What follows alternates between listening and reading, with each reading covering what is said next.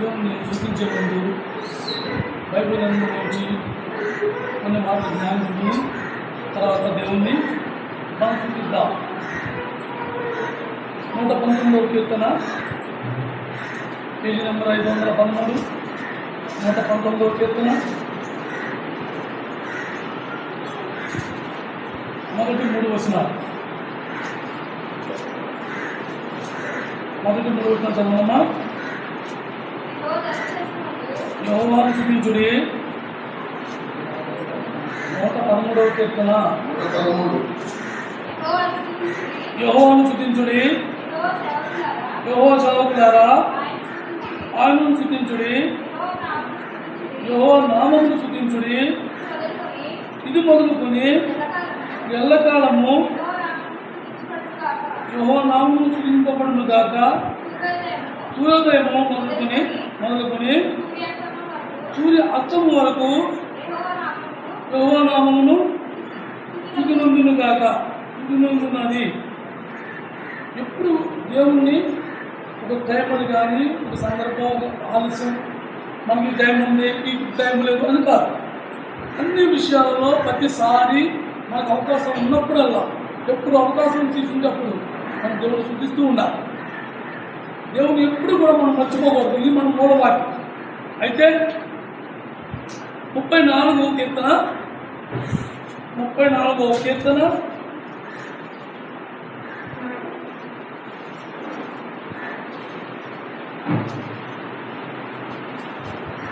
మొదటి వచనం.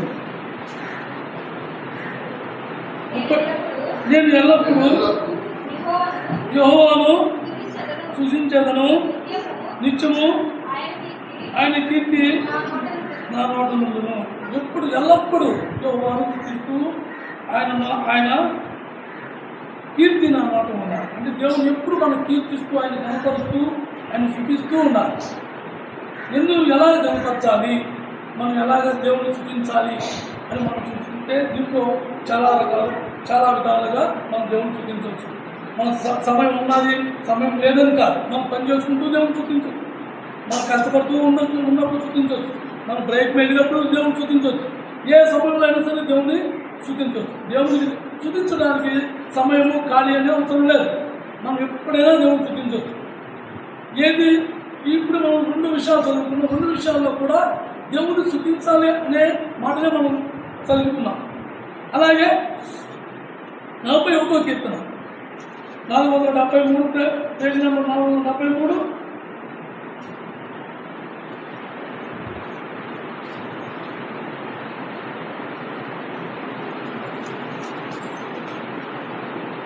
పదమూడవ వచనం. ఇశ్రాయేలు దేవుడైన యెహోవా శాశ్వత కాలం నుండి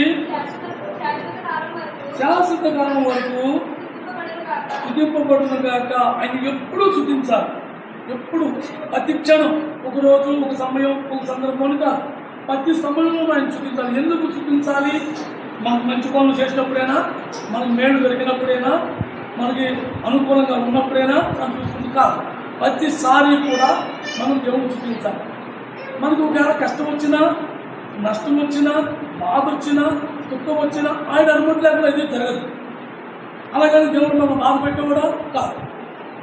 కొన్ని సందర్భాల్లో మన యొక్క అవగాహన వల్ల, మనం చేసే క్రియల వల్ల మనం తప్పిపోయినప్పుడల్లా కొన్ని సందర్భాల్లో మనకు కొన్ని చోట్ల ఎదురు గొప్ప తగ్గుతూ ఉంటాయి. మనం నేర్చుకుంటానికి కావచ్చు, దేవుడు అనుమతించిన విధానాన్ని మనం ముందుకు సాగడానికి కావచ్చు. అనేకమైన సందర్భాల్లో మనకి ఇది చాలా అవసరం. ప్రతిసారి కూడా దేవుడిని స్తుతించాలి. దేవుని ఎందుకు పెట్టి స్తుతించాలి, ఎప్పుడు స్తుతించాలి, ఎంత సమయం స్తుతించాలి అనేది కాదు. దేవుని ఎప్పుడు స్తుతించాలి. అలాగే 119వ కీర్తన 164వ కీర్తన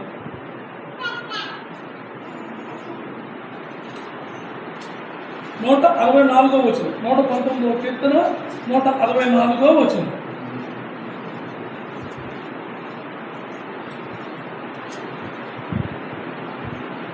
ఈ న్యాయవిధులను బట్టి దినమునకు 7 మార్లు నేను నిన్ను స్తుతించుచున్నాను. దినములకు 7 మార్లు దేవుని స్తుతిస్తున్నాడు. దావీదు ఎలాంటి సమయంలో స్తుతించి ఈ కీర్తన రాశాడంటే, మనకు మళ్ళీ మందులో కూర్చుని స్వేచ్ఛగా ఫ్యాన్లు వేసుకుని చక్కగా చల్లగా ఉన్న సమయంలో రాయలా. ఈ కీర్తన దావీదు రాసిన ప్రతి కీర్తనలోనూ కూడా ఆ గొప్ప మదుపు ఉంది. ప్రతిసారి కూడా కష్టంలోనే రాశాడు. ఎప్పుడు దావీదు జీవితంలో ఎప్పుడు కూడా ప్రశాంతమైన జీవితం కాదు. ఎప్పుడు పరుగులు ఉరుకులు జీవితమే. దేని గురించి ఉరుకులు పరుగులు అంటే కష్టపడి ఏదో నా కాలం వెనకేసుకున్నామని కాదు, లేకపోతే నేను గొప్ప అవ్వాలని కాదు, నా పేరు ప్రతిష్టలు కావాలని కాదు. దేని గురించి ఉరుకులు పరుగులు అంటే తను చేసిన మంచి పని. ఏంటా మంచి పని? ఇశ్రాయేలు ప్రజల మీదకి దండెత్తి వచ్చిన గొలియాతును చంపినందుకు ఆ రాజు ఒక రాజ్యాన్ని ఆశించి చంపాడా? ఒక రాజు కుమార్తెను ఆశించి చంపాడా? కాదే. దేవుని సైన్యాన్ని కించపరిచాడు. గొలియాతు దేవుని సైన్యాన్ని కించపరిచినందుకు దావీదుకి కోపం వచ్చి సున్నతి లేని పిలిపియుడా,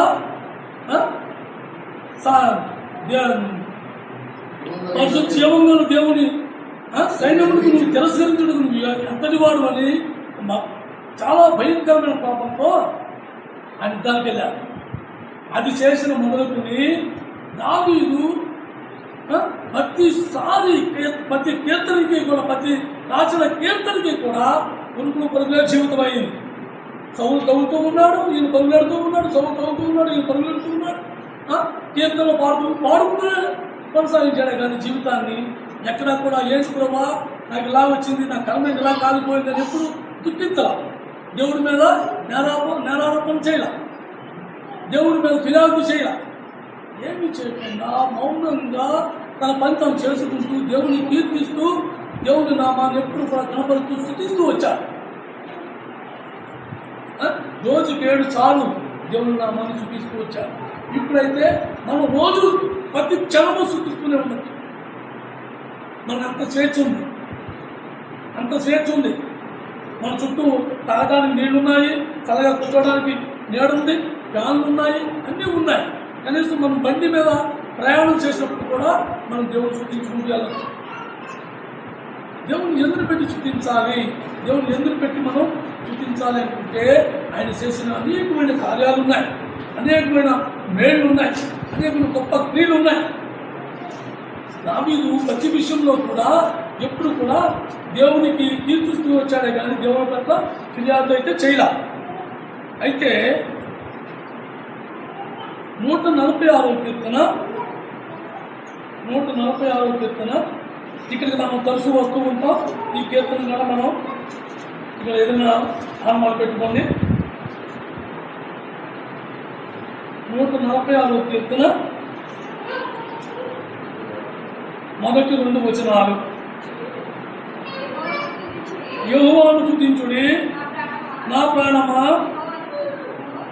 యెహోవాను స్తుతింపుము, నా జీవితకాలం అంతయు నేను యెహోవాను స్తుతించేదను. ఎవరు ఎవరు అలా దేవుని స్తుతించారు? ఎల్లకాలము స్తుతించింది దావీదు, ప్రతి సమయంలోనూ స్తుతించింది దావీదు, అలాగే ప్రతి సందర్భంలోనూ దేవుని స్తుతించింది దావీదు. అలాగే మనం కూడా అన్ని సమయాలలో దేవుని స్తుతించాలి. ఎందుకు దేవుని స్తుతించాలి? దేవుని ఎదురు పెట్టి మనం స్తుతించాలి అని చూసుకుంటే మనల్ని రక్షించిన వాడు దేవుడే. మనకెవరు రక్షించాలి, మనకెవరు సహాయం చేయాల, మనకెవరు తోడుగా లేరు. దేవుడే మనల్ని రక్షించుకున్నాడు. దేవుడు మనల్ని రక్షించి ఆయన మనల్ని సురక్షితంగా ఉంచాడు. దేవుడు కలుసుకోకపోతే అసలు రక్షణ అనేదే లేదు మనం. ఎందుకంటే మనము చేసిన క్రియలు అటువంటి జన్మ జన్మించాం. నరమానవుడు ఎవరైనా సరే అటువంటి జన్మ జన్మించాడు. రాజులు కానీ మనకు రక్షణ, రాజుల దగ్గర కానీ నరుల దగ్గర కానీ ఎవరి దగ్గర కూడా మనకు ఆ రక్షణ లేదు. మనం రక్షించిన వాడు ఎవరు? ఆ దేవుడే మనం రక్షించాడు. 3వ వచనమా,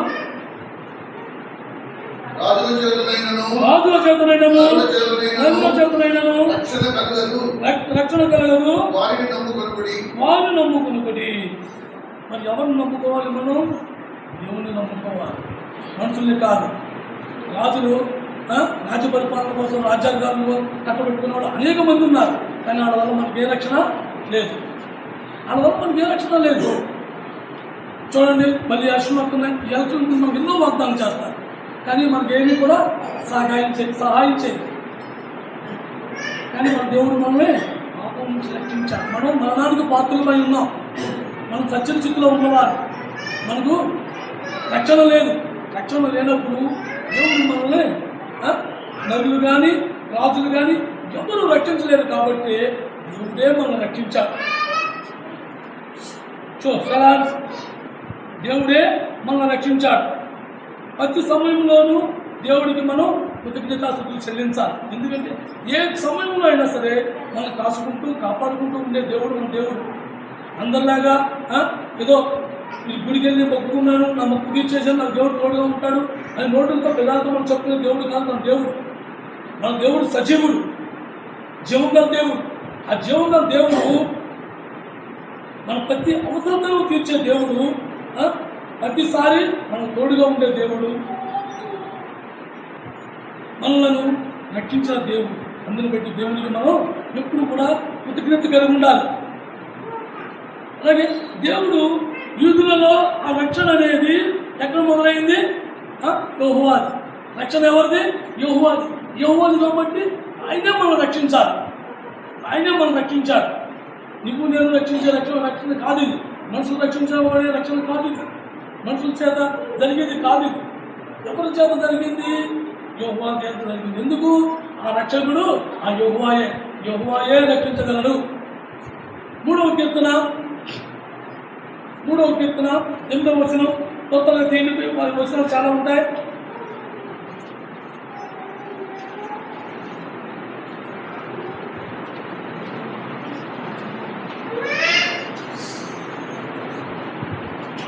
రక్షణ యెహోవాది. 8వ వచనం అమ్మా, 3వ అధ్యాయం 8వ వచనం. రక్షణ యెహోవాది, నీ ప్రజల మీదకి నీ ఆశీర్వాదం వచ్చును కాక. ఆయన రక్షించడమే కాకుండా నీకు నాకు ఆశీర్వాదాలు కూడా ఇచ్చారు. రక్షించి మనం విడిచిపెట్ల, మనకు కావాల్సిన ఆశీర్వాదాలు కూడా మనకి ఇచ్చారు.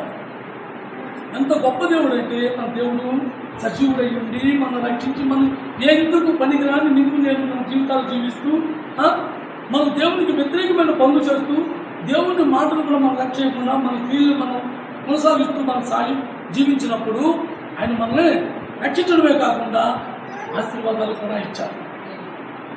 ఆశీర్వాదాలు కూడా ఇచ్చి నిన్ను నన్ను కాపాడుకుంటూ వచ్చాడు. ఆ రక్షణ ఎవరిది? యూదుల్లోంచే వచ్చింది.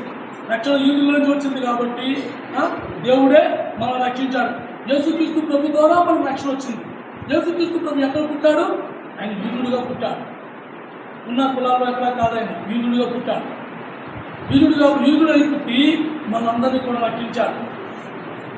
యోహాను సువార్త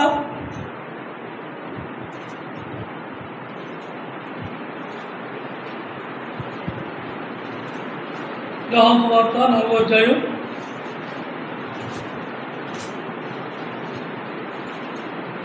83. యోహాను సువార్త 4వ అధ్యాయం 22వ వచనం. మీకు తెలియని దానిని ఆరాధించేవారు మేము మాకు తెలిసిన దానిని ఆరాధించుతున్నాము. రక్షణ యూదులలో నుండి కలిగి ఉన్నది. రక్షణ ఎక్కడి నుంచి కలిగింది? యూదుల నుంచి కలిగింది. దేవుడు ఆ యేసుక్రీస్తు ప్రభు యూదుడుగా ఈ భూమి మీద జన్మించి మనం రక్షించడానికి ఈ భూమి మీదకి వచ్చారు. మనం రక్షించడమే కాదు, దేవుడిని చూపించడానికి, దేవుడిని కనపరచడానికి, మన కళ్ళతో దేవుడిని చూడడానికి ఆయన ఈ భూమి మీద దేవుడు ఇలా ఉంటాడు అని మనం చూపించడానికి ఆయన ఈ భూమి మీదకి వచ్చి మన ప్రతిదీ కూడా నెరవేర్చాడు. అయితే ఏ భేదము లేదు, అందరము పాపము చేసి దేవుడు అనుగ్రహించు మహిమను పొందలేదు. అంటే మహిమ కావచ్చు, పెద్ద రక్షణ కావచ్చు, మనం దేనైనా మనం అర్థం చేసుకోవచ్చు. దేవుడు అనుగ్రహించు ఆ రక్షణను కూడా మనం పొందలేకున్నాం. కానీ దేవుడు మనం అలా విడిచిపెట్టలా. మనం పొందలేక ఉన్నప్పటికీ కూడా దేవుడు మనల్ని రక్షించుకున్నాడు. ఆ మహాదేవుడు నిన్ను నన్ను రక్షించుకున్నాడు. 21వ కీర్తన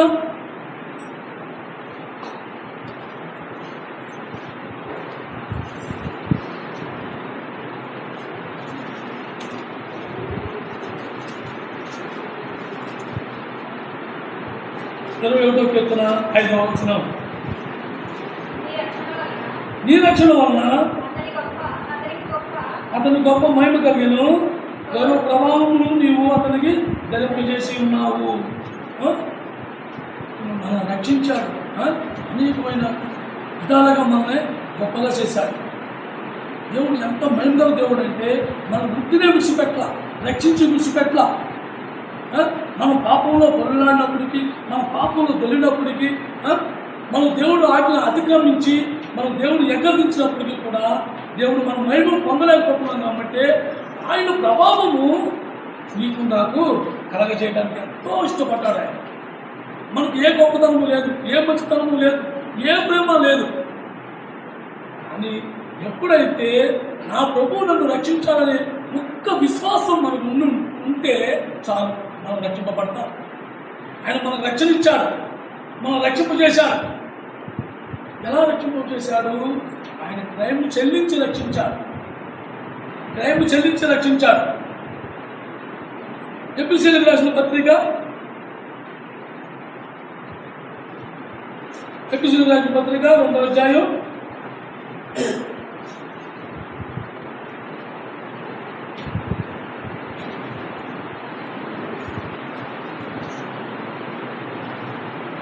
8వ వచనం.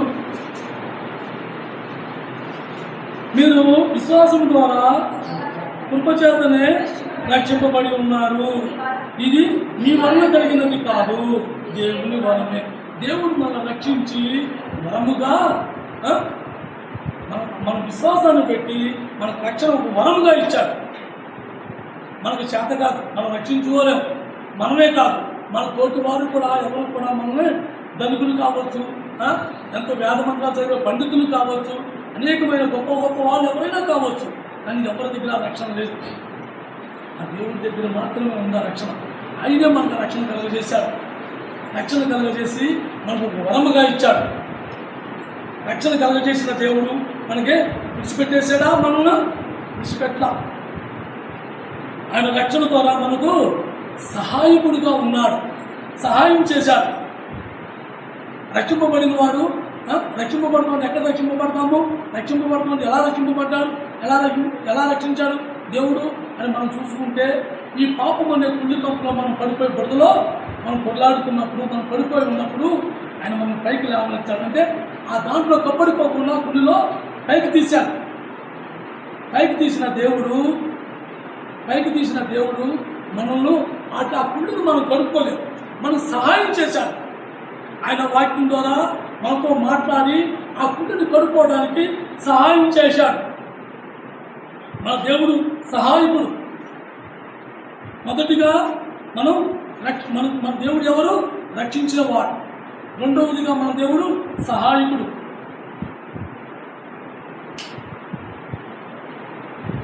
నూట 46వ కీర్తన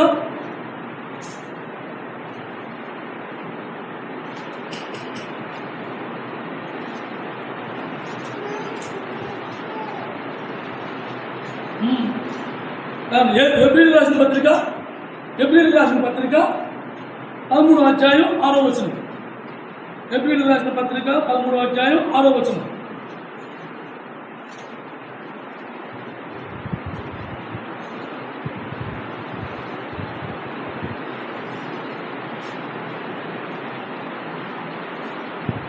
కాబట్టి ప్రభు నాకు సహాయుడు, నేను భయపడను, నర్మాత్రుడు నాకు ఏమి చేయగలడు అని మంచి ధైర్యముతో చెప్పగలవారమై ఉన్నాము.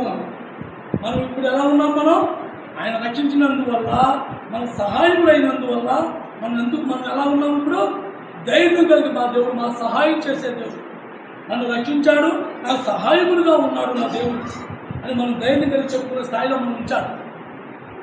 మనం మనకు ఎవరైనా ఏమైనా సాయం చేసేలా అంటే మనకి చేసిన సాయాలు ఏదో మన అవసరం కొద్ది ఏదైనా పని చేసుకున్నప్పుడు, వివాహం చేసుకున్నప్పుడు, లేకపోతే ఏదైనా కార్యక్రమం వచ్చినప్పుడు ఏదో పెద్ద డబ్బులు అంటియో లేకపోతే ఏదైనా సాయం చేయొచ్చు. కానీ మన ఆత్మీయ జీవితానికి సాయం చేసిన వాడు మాత్రం ఆ దేవుడు ఒక్కడే. ఎవరు మనకు ఆ సాయం చేయలేదు, ఎవరు మన పాపం నుంచి కడగలేదు, ఎవరు కడిగే సహాయం మనకు ఎవరు చేయరు. కానీ దేవుడు మాత్రమే మనకు సహాయం చేశాడు. మనం ఆ పాపం నుంచి మనం కడుక్కోలేమని ఆ దేవుడు మనకు కలిగాడు.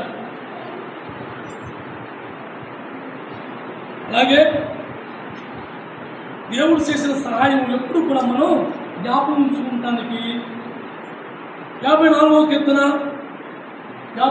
కీర్తన దేవుడు చేసిన సహాయం రక్షించాడు, తర్వాత సహాయం చేశాడు.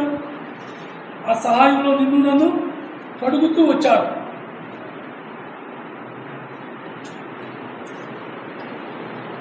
యాభై నాలుగు ఇదిగో దేవుడే నాకు సహాయకుడు, ప్రభువే నా ప్రాణమును ఆదరించువాడు. ప్రభు తప్ప మన ప్రాణానికి ఎవరు ఆదరణకర్తగా లేరు. దేవుడే మనకు ఆదరణకర్తగా ఉన్నాడు.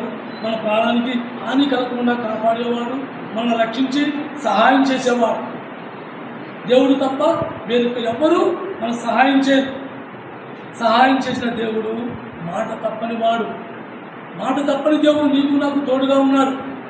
మనం రక్షించిన దేవుడు, మనం సహాయం చేసిన దేవుడు, మాట తప్పని దేవుడు. మనమైతే అనేసి కాదంటాము, చెప్పేసి లేదంటాము. అని దేవుడు అలా కాదు. ఆయన ఉన్నట్టుగా మాట్లాడే దేవుడు, యథార్థం కలిగిన దేవుడు, సత్యమును పలికే దేవుడు. 146వ కీర్తన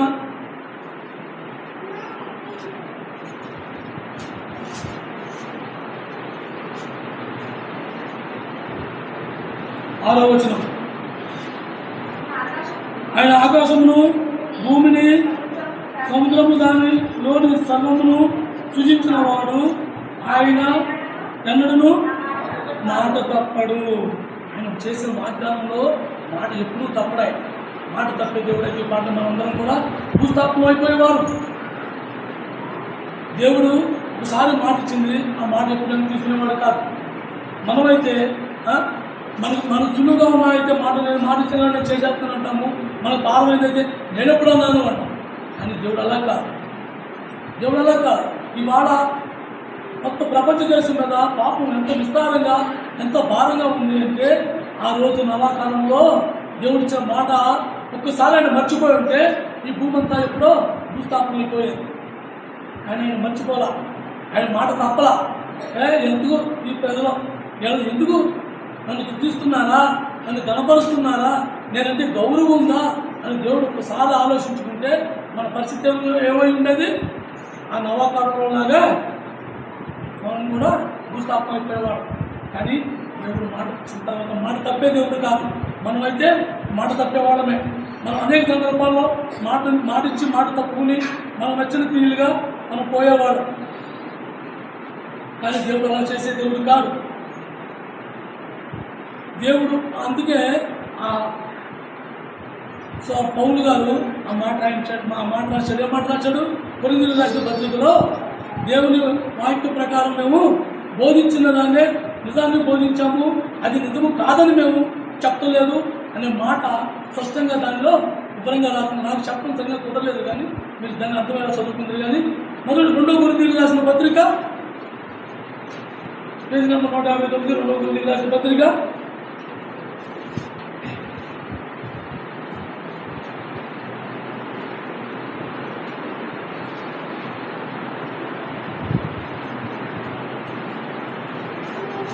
2 కొరింథీయులకు రాసిన పత్రిక 1వ అధ్యాయం 18వ వచనం. 2 కొరింథీ 1వ అధ్యాయం 18వ వచనం. దేవుడు నమ్మదగిన వాడు కనుక మేము మీకు చెప్పిన వాక్యము అవుననియు చెప్పి కాదున్నట్లుగా ఉండలేదు. దేవుని మాటలో, ఈ వాక్యంలో ఉన్న మాట ఇది కూడా అవునని చెప్పింది, ఇది కూడా కాకుండా లేదు, జరగకుండా లేదు, దాన్ని నమ్మకుండా లేవు. అన్ని సత్యాలే దేవుడు చెప్పిన దాన్ని దేన్ని కూడా పొందిపోకుండా దాన్ని జరిగించే దేవుడు. వాళ్ళ జరగకపోవచ్చు, టైం పట్టవచ్చు, కానీ ఏదో రోజు ఖచ్చితంగా అది నెరవేరుతుంది. దేవుడు ఇచ్చిన మాట మాత్రం తప్పేవాడు కాదు. దేవుడు ఖచ్చితంగా నీ పట్ల, నా పట్ల చేసిన వాగ్దానం అక్షరాలుగా నెరవేర్చే దేవుడు మన దేవుడు అక్షరాలుగా నెరవేర్చే దేవుడు. రక్షించిన దేవుడు మనకు సహాయకుడిగా వచ్చాడు. సహాయం చేసిన దేవుడు మాట తప్పకుండా నీకు నాకు ఇచ్చిన వాగ్దానాలు నెరవేర్చడానికి సిద్ధంగా ఉన్నాడు, నెరవేర్చడానికి సిద్ధంగా ఉన్నాడు. ఆయన మాట తప్పని దేవుడుగా ఈ లోకంలో మనందరికీ కూడా తోడుగా ఉన్నాడు. సంఖ్యాకాండం 132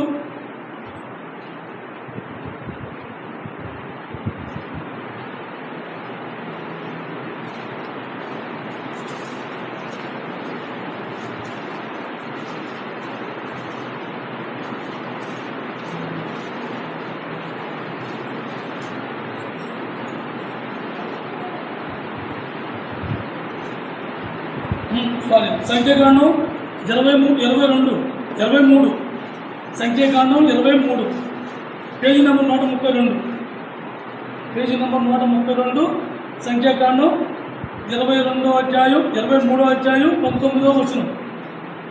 23:19 దేవుడు అబద్ధమాడుటకు ఆయన మానవుడు కాడు, పశ్చాత్తాపడుటకు ఆయన నరకుడు కాడు. ఆయన చెప్పిన చేయకుండున ఆయన మాట ఇచ్చి స్థాపించుకున్నాడా? చూసారా ఎంత ఎంత ఖచ్చితంగా రాయించాడు ఆ మాట.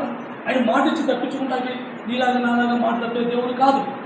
మనమైతే మనకు నచ్చిన మాట మనం మాట్లాడేస్తాము, నోటికి వచ్చింది మాట్లాడేస్తాము, తర్వాత నా మాట లేదు మనం. కానీ దేవుడు అలాగే దేవుడు కాదు. దేవుడు ఇచ్చిన మాట ఖచ్చితంగా నెరవేర్చే దేవుడు. మన పక్షాన పోరాడి ఆయన ఖచ్చితంగా నెరవేర్చుకునే దేవుడుగా ఉన్నాడు. అన్ని విషయాల్లో మనకు సహాయకుడిగా ఉన్నాడు. పశ్చాత్తాప పడవలసిన అవసరం ఆయనకి లేదు. ఎందుకంటే ఆయన ఇచ్చిన మాట నెరవేరుతాడు, ఆయన చేసిన ప్రతి వాగ్దానం నెరవేరుతాడు. అయ్యో నీ పక్షాన్ని నెరవేరలేదా, అరే ఏమనుకోక సారీ నేను తర్వాత చేస్తానే అనే దేవుడు కాదు. ఆయన సమయంలో ఆయన ఖచ్చితంగా ఇచ్చిన మాట నెరవేర్చే దేవుడు నీకు నాకు తోడుగా ఉన్నాడు. ఆ మాట ఎలాగైతే నెరవేర్తానికి సిద్ధంగా ఉన్నాడో, మాట తప్పని దేవుడు నాయకర్తగా ఉన్నాడు. మాట తప్పని దేవుడు నీకు నాకు నాయకర్తగా ఉన్నాడు. రక్షించాడు, సహాయం చేశాడు. మాట తప్పని దేవుడుగా ఉన్నాడు. ఇప్పుడు నాయకర్తగా దేవుడు అయి ఉన్నాడు. దేవుడు నాయకర్తగా ఉన్నాడు. నీకు నాకు న్యాయం తీర్చే దేవుడిగా ఉన్నాడు. మన జీవితంలో మనం ఎన్నోసార్లు వాడిపోయాం, ఎన్నోసార్లు తీసుకుపోయాం, ఎన్నోసార్లు తగ్గిపోయాం. కానీ మనకెవరు ఏ సహాయం చేసేవాడుగా లేదు. మనం అనేక ఇబ్బందులు ఎదుర్కొన్నప్పుడు మనకెవరు ఏ సహాయం చేయలే. అనేక సందర్భాల్లో మనం అవమానాలు ఎదుర్కొన్నాం. మనం పని చేస్తూ కూడా అవమానాలు ఎదుర్కొన్నాం. మనకు న్యాయం జరగల. కానీ దేవుడు ఇక్కడే మనకు న్యాయం చేశాడు. 146వ కీర్తన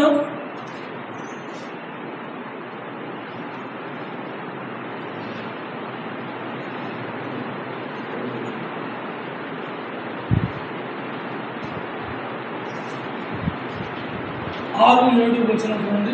7, 8, 9 వచనాలు 3 కలిపి చదువుకుందాం. చదవండి. 7వ వచనం. బాధపరచు వారిని ఆయన న్యాయం తీర్చును, ఆకలి ఉన్న వారికి ఆహారము దయచేయును. యెహోవా బంధింపబడిన వారిని విడుదల చేయను. సరాగమ్మా. బాధపరచు వారిని అందరినీ ఆయన బోధించేవాడు, ఆయన తీర్చేవాడు. నిజంగా కూడా ఆ బాధను పడ్డా, నేను అనుభవించాను. నేను కష్టపడి పనిచేస్తున్నా కూడా, పని చేసినా కూడా నా కళ్ళ ముందే నీ భర్త తిండిపోతూ, నీ భర్త తినేసి పడుకుంటాడు. నా భార్య పిల్లల కోసం నేను ఎంతో దుఃఖించేవాడు. నేను ఎక్కడో ఒంటరి జీవితం జీవించేదాం. కానీ నా ఉన్నవాడే నన్ను ఎదురుకుండా నేను నీ భర్త తిండిపోతూ తినేసి పడుకున్నాడు అని అవమానంగా మాట్లాడాడు. వాళ్ళెవరూ నాకు న్యాయం చేయాల. పైగా నాకు న్యాయం చేయకపోగా నన్ను కించపరిచి అవమానపరిచారు. కానీ నా ప్రభు నన్ను చారతీశాడు, నన్ను ఆదరించాడు, నాకు న్యాయం తీర్చాడు. వాళ్ళ ముందే వాళ్ళు సహాయం చేసేవాళ్ళ పెట్టాడు నేను దేవుడు ఈరోజు. నన్నే కాదు, మీ అందరి జీవితాల్లో కూడా ఆ వెలుగు ఆ కార్యం జరిగింది. మనమందరం కూడా రుచి చూసాం. మనకు ఎవరు సహాయం చేయకపోవచ్చు, కానీ దేవుడి పట్ల సహాయం పొందాం. దేవుడే మనకు సహాయం చేశాడు. మనం ఆకలితో అల్లాడిపోయినప్పుడు, ఒక పూట తిని తినకుండా ఉన్నప్పుడు దేవుడు మనకు ఆహారం అందించాడు. తన సహోదరుల ద్వారానో, తన సహోదరుల ద్వారానో, ఎవరో ఒకరి ద్వారా మన ఆహారం తీర్చి మన ఆకలి తీర్చాడు దేవుడు. ఈరోజు నువ్వు నేను 10 మంది పెట్టేవాళ్ళ ఉన్నాం. అది ఎక్కడి నుంచి వచ్చింది? దేవుడు న్యాయం తీర్చాడు. మనం ఎక్కడైతే చితికిపోయామో, ఎక్కడైతే అవమానపడ్డామో, ఎక్కడైతే కించపరచబడ్డామో అక్కడ దేవుడు లేవనెత్తాడు. నీకు నాకు న్యాయం తీర్చి మన పక్షాన న్యాయంగా ఉన్నాడు. న్యాయం మాట్లాడే దేవుడుగా ఉన్నాడు. అనేక సందర్భాల్లో మన పక్షాన పోరాడువాడు. అనేక సందర్భాల్లో మన కోసం న్యాయం తీర్చేవాడు. అందుకే నువ్వు ఎదుటివారి సొమ్ము ఏదైనా ముట్టుకుంటే నాకు అసహ్యం అంటున్నాడు. దేవుడు న్యాయంగా పోరాడేవాడే కానీ అన్యాయస్తుల పక్షాన మనకు ఉండడు. 61వ కీర్తన 61 యెషయా 61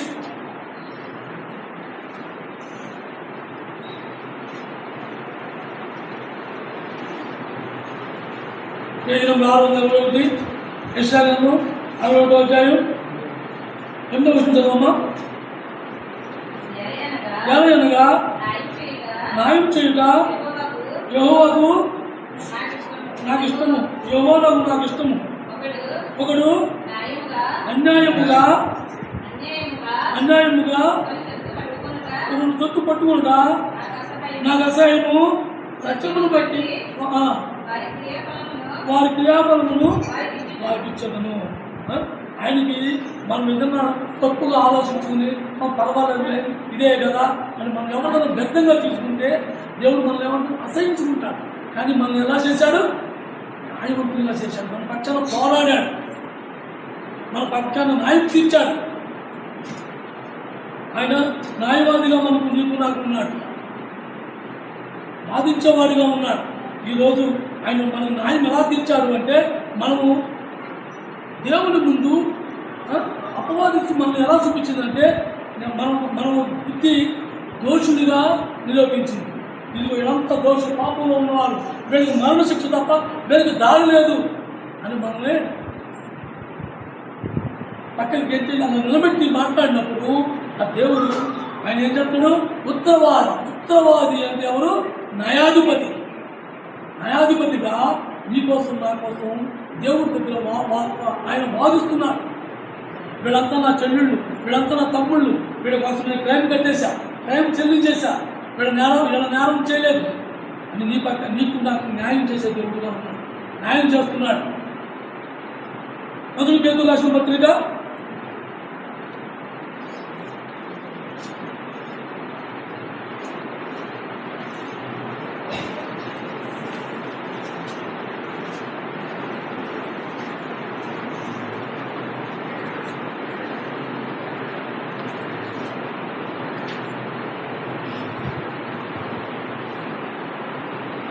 1 పేతురు రాసిన పత్రిక 2వ అధ్యాయం 2వ వచనం 1వ వచనం 2వ అధ్యాయం 1వ వచనం కాదమ్మా 2వ అధ్యాయం 1 యోహాను పత్రిక 2వ అధ్యాయం 1వ వచనం. నా చిన్నపిల్లలారా మీరు పాపం చేయకుండా ఉండుటకై ఈ సంగతులను మీకు రాయుతున్నాను. ఎవడైనాను పాపం చేసిన వేళ నీతిమంతుడైన యేసుక్రీస్తు అను ఉత్తరవాది తండ్రి వద్ద మనకున్నాడు. మన పక్షాన్ని ఎవరున్నారు? యేసుక్రీస్తు ప్రభు ఉన్నారు. మనం రక్షించిన వారు మన పక్షాన్ని అక్కడ పోరాడుతున్నారు. వీళ్ళందరి కోసం నేను క్రైమ్ చెల్లించేశాను, వీళ్ళందరినీ విడిపించేశాను. నీకు నాకు న్యాయం చేసే దేవుడిగా న్యాయవాదిగా అక్కడ ఉన్నాడు. ఎక్కడ? పరలోకంలో ఉండి మనందరినీ కూడా ఆయన ఇచ్చిన మాట ప్రకారం, వాగ్దానం చేసిన ప్రకారం, మాట తప్పని దేవుడు ఏమైతే అన్నాడు వీళ్ళందరినీ కూడా నేను పరలోకంలో కూర్చోబెట్టుకున్నా అన్నాడో అలాగే మనం పరలోకంలో కూర్చోబెట్టి ఇదిగో వీళ్ళ స్థానం ఇది, వీళ్ళ కోసం నేను ప్రాణం నా రక్తంగా కార్చాను, ఇదిగో క్రైమ్ చెల్లించాను అని ఆయన చూపిస్తూ వాదిస్తూ అక్కడ ఉన్నాడు. మనం ఎన్నిసార్లు తప్పిపోయినా, ఎన్నిసార్లు పాపం చేసినా ఓ ప్రభా అన్నప్పుడల్లా ఆయన మన పాపాలను చూస్తూ తండ్రితో చెప్తున్నారు, వీళ్ళకే పాపం తెలియదు, ఏ పాపం చేయాల అలా ఆయన తెచ్చుకుంటూ వచ్చాడు చెప్తున్నారు. మొదటిగా మన దేవుడు ఎవరు? రక్షించే దేవుడు. రెండవదిగా సహాయము దేవుడు, మూడవదిగా మాట తప్పని దేవుడు, నాలుగవదిగా న్యాయం తీర్చే దేవుడు, ఐదవదిగా మన దేవుడు ఎవరు? రాజ్యస్థాపన చేసే దేవుడు. ఆయన రాజ్యాలుగా నిలబెట్టే దేవుడు. ఆ రాజ్యంలో నిన్ను నన్ను కూర్చోబెట్టడానికి ఆయన రాజ్యస్థాపన చేస్తున్నాడు. రాజులకు రాజై ఉన్నాడు, ప్రభువులకు ప్రభు అయి ఉన్నాడు. ఆయన రాజులకు రాజు, ప్రభువులకు ప్రభు అయి ఉండి నిన్ను నన్ను రక్షించడానికి ఈ భూమి మీద వచ్చి ఈ భూమి నుంచి ఆయన స్థాపన మొదలుపెట్టి ఆయన పరలోకంలో రాజ్యస్థాపన చేసి రాజ్యాన్ని నియమించున్నాడు. రాజ్యాన్ని నియమిస్తాకి నీకు నాకు సైనికులుగా ఏర్పరచుకోవడానికి అన్ని విధాలా కూడా మనం సిద్ధపాటు చేసి ఉన్నాడు. 146వ కీర్తన 10వ వచనం. యెహోవా నిరంతరము ఎరును, యెహోవా నిరంతరము ఎరును, సియోను నీ దేవుడు తరములన్నిటిని రాజ్యం చేయును. ఆయన తరములన్నిటిని రాజ్యం చేయడానికి ఇష్టపడుతున్నాడు, రాజ్యం చేస్తున్నాడు. నీకు నేను ఎక్కడున్నాము? శత్రువు రాజ్యంలో ఉన్నాం. మనందరినీ కూడా తీసుకుపోతాం. ఆయన ఇష్టపడతాం. ఇక్కడ మనుషులు నిర్మించే రాజ్యంలో కాదు. ఆయనకైతే ఆల్రెడీ ఈ భూమి మీద యేసుక్రీస్తు ప్రభు వచ్చినప్పుడు మా యూదుల రాజు ఈయన అని అడావుడు చేశాను. రాజుగా సింహాసనం ఎక్కిందని చూసినప్పుడు యేసుక్రీస్తు ప్రభు తన లేచి వెళ్ళిపోయాడు, మౌనంగా వెళ్ళిపోయాడు. మనకు మళ్ళీ అధికారం కోసమో ఆధిపత్యం కోసమో పాపులాడి ఆయన పాపులు ఎట్లా అందరూ రాజ్యాలను కూర్చోబెట్టడానికి ఆయన ఒక కొత్త రాజ్యాన్ని స్థాపిస్తున్నానికి ఆయన రాజ్యస్థాపన చేస్తున్నాడు. ఆ పర్లోకపు దాన్ని నిలుపుకున్నాకు రాజ్యస్థాపన చేస్తున్నాడు. ఆయన ఎవరై ఉన్నాడు? రాజులకు రాజు, ప్రభువులకు ప్రభు అయిన ఉన్నాడు. 1 తిమోతి రాసిన పత్రిక 6వ అధ్యాయం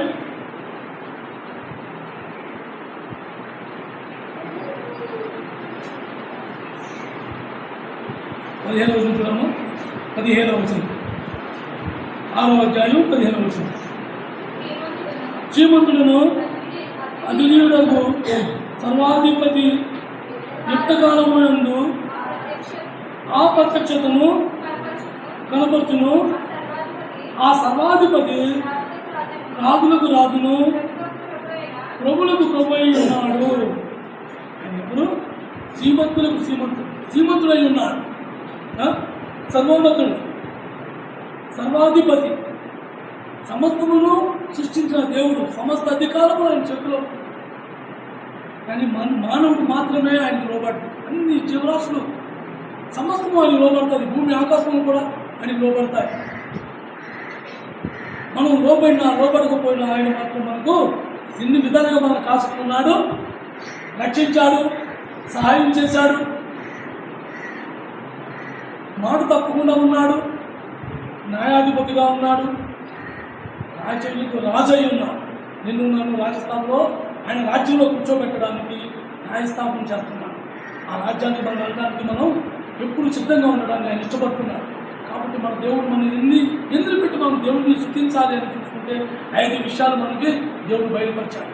5లో మొదటిగా మన దేవుడు రక్షకుడు, రెండవదిగా మన దేవుడు సహాయకుడు, మూడవదిగా మన దేవుడు మాట తప్పని వాడు, నాలుగవదిగా మన దేవుడు న్యాయం తీర్చువాడు, ఐదవదిగా మన దేవుడు రాజులకు రాజై ఉన్నాడు. నా సన్నాన్ని తీసుకుంటారు.